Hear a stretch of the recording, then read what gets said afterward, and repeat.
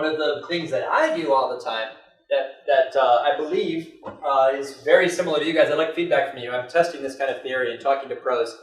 As far as I can tell, guest blogging is modern day PR, or at least part of it. I don't know if there's a difference. I'd like for you guys, we'll do a QA session here. We're making good time, so at the end I want to get some input from you guys. But I do tons of guest blogging. I write 50 guest blog posts a year. I did that last year. That's my goal again for this year. I'm on track. So I do lots and lots of writing for other people's websites. It's the most fun I've ever had marketing.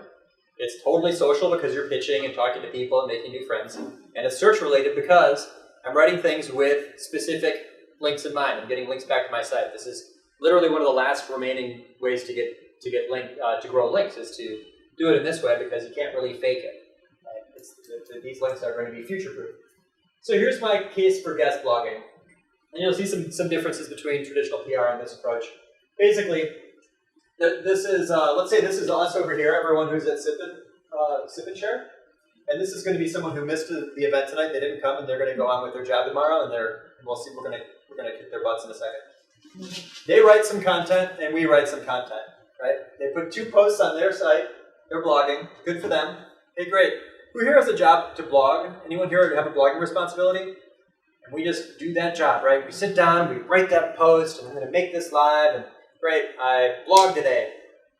Then publishing calendar, tickles you again, time to write another post, right? And before you know it, you're just writing lots of content. And what do you have? You've got content. But if you're not guest blogging, you don't necessarily build links to your site, and you're also not necessarily making new friends. On the other hand, over here, if we have a guest blogging strategy, I'm going to write a couple of articles. But I'm not going to post them both on my site. I wrote the same amount as this guy, but I put one on my site, and I did some networking, I made some friends, and I pitched a post to this guy over here, and they posted my article.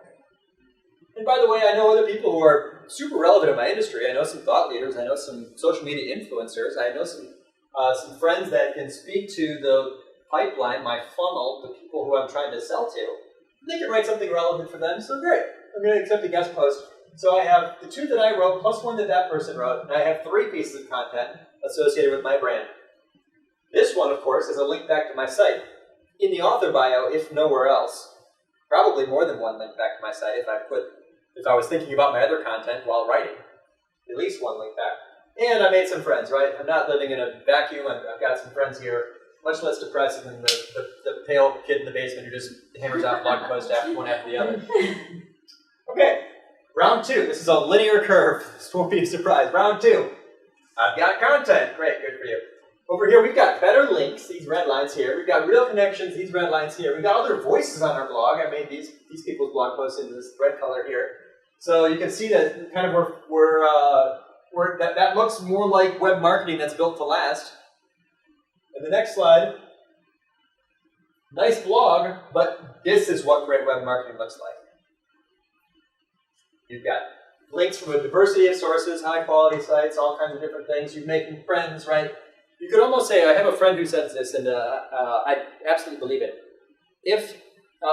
He says that you cannot do SEO without doing social media. It's actually kind of the smell test for SEO, right? Wow, would a human want to read this post, or did I write this totally for robots, right?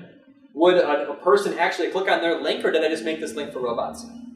That's how you know that you're doing ethical, sustainable SEO that's not going to get you penalized later, does it make sense for actual people? Like, am I doing this, is it for readers or robots? If it's all robots, you're probably trying to do something tricky and fancier than you should. Go back to paying attention to people.